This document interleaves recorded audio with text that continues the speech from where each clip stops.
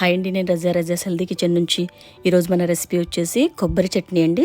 ఇది చాలా సింపుల్గా టేస్టీగా ఉండే చట్నీ అండి. కొబ్బరి కూడా మన ఆరోగ్యానికి చాలా మంచిది. ఇది ఇమ్యూనిటీని పెంచడంలో కూడా చాలా బాగా సహాయపడుతుందండి. ఇది మనము వీక్లీ ట్వైస్ ఇలా తీసుకుంటూ ఉండడం వల్ల చాలా మంచిది మన ఆరోగ్యానికి. దీనికోసం నేను ఒక కొబ్బరికాయతో ఈరోజు చట్నీ చేస్తున్నానండి. ఒక కొబ్బరికాయకి మనము 1 టేబుల్ స్పూన్ పచ్చిశనగపప్పు, ఒక 1/2 టేబుల్ స్పూన్ మినప్పప్పు అండి, ఒక 1/2 టేబుల్ స్పూన్ జీలకర్ర, 1 టేబుల్ స్పూన్ ధనియాలు, ఇలా ఒక 20 గ్రామ్స్ వరకు నేను ఎండుమిర్చి తీసుకున్నానండి. ఇవి గుంటూరు మిర్చి, చాలా కారంగా ఉంటాయి.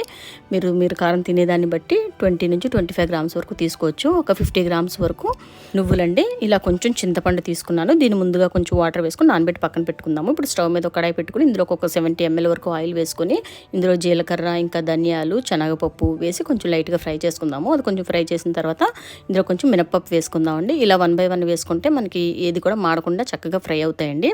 ఇప్పుడు ఇందులోకి చివరిగా మనము ఇలా నువ్వులు వేసుకొని కొంచెం ఫ్రై చేసుకొని ఇప్పుడు ఇందులోకి ఎండుమిర్చి కూడా వేసుకొని ఫ్రై చేసుకోవాలండి. ఇవన్నీ కూడా మాడిపోకుండా దగ్గరుండి స్లోగా దీన్ని ఫ్రై చేసుకుంటే సిమ్లో పెట్టుకొని పర్ఫెక్ట్గా ఉంటుందండి చట్నీ. ఇవి కానీ మాడిపోతే టేస్ట్ అంతా పాడైపోతుంది. కాబట్టి దగ్గరుండి స్లోగా మనం ఫ్రై చేసుకుంటే చట్నీ చాలా ఫాస్ట్గా కూడా అయిపోతుందండి. ఇందులోకి చివరిగా మనం ఇప్పుడు కొబ్బరి ముక్కలు కూడా వేసుకొని జస్ట్ ఒక 30 సెకండ్స్ వరకు దీన్ని ఒకసారి లైట్గా ఫ్రై చేసి స్టవ్ ఆఫ్ చేసుకుని పక్కన పెట్టేసుకుందామండి. ఇవన్నీ కూడా బాగా చల్లారిన తర్వాత ఇప్పుడు వీటిని ఒక మిక్సీ జార్లోకి ట్రాన్స్ఫర్ చేసుకుందాము. మిక్సీ జార్లోకి ట్రాన్స్ఫర్ చేసుకొని వీటిని ఇప్పుడు మెయిన్ స్టెప్ ఇక్కడే ఉంటుందండి. మనం ఈ చట్నీ చేసేటప్పుడు ఇందులో ఎక్కువగా వాటర్ వేయకుండా కొంచెం కొంచెంగా మనం తిప్పుతూ చూసుకొని వేసుకోవాల్సి ఉంటుంది. ఇప్పుడు ఇందులోకి ట్రాన్స్ఫర్ చేసిన తర్వాత కొంచెం మనకి రుచికి సరిపట్టుగా సాల్ట్, ఇంకా మనం పెట్టుకున్న చింతపండు వేసుకొని ఇప్పుడు మనం దీన్ని మిక్సీ పట్టుకుందామండి. ఈ కొబ్బరిలో ఉండే తడితోనే ఇది అంతా కూడా చట్నీ మిక్సీ అవుతే మనకి పచ్చడి సింపుల్గా చాలా టేస్టీగా ఉంటుందండి.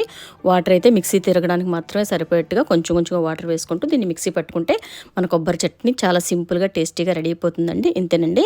ఇలానే చట్నీ ఒకసారి ట్రై చేయండి. చాలా సింపుల్గా చాలా బాగుంటుంది. ఇంతేనండి. వీడియో కానీ మీకు నచ్చినట్లయితే లైక్ చేయండి. మీ ఫ్రెండ్స్కి, ఫ్యామిలీ మెంబర్స్కి షేర్ చేయండి. నెక్స్ట్ వీడియోలో మళ్ళీ కలుసుకుందామండి. Thanks for watching.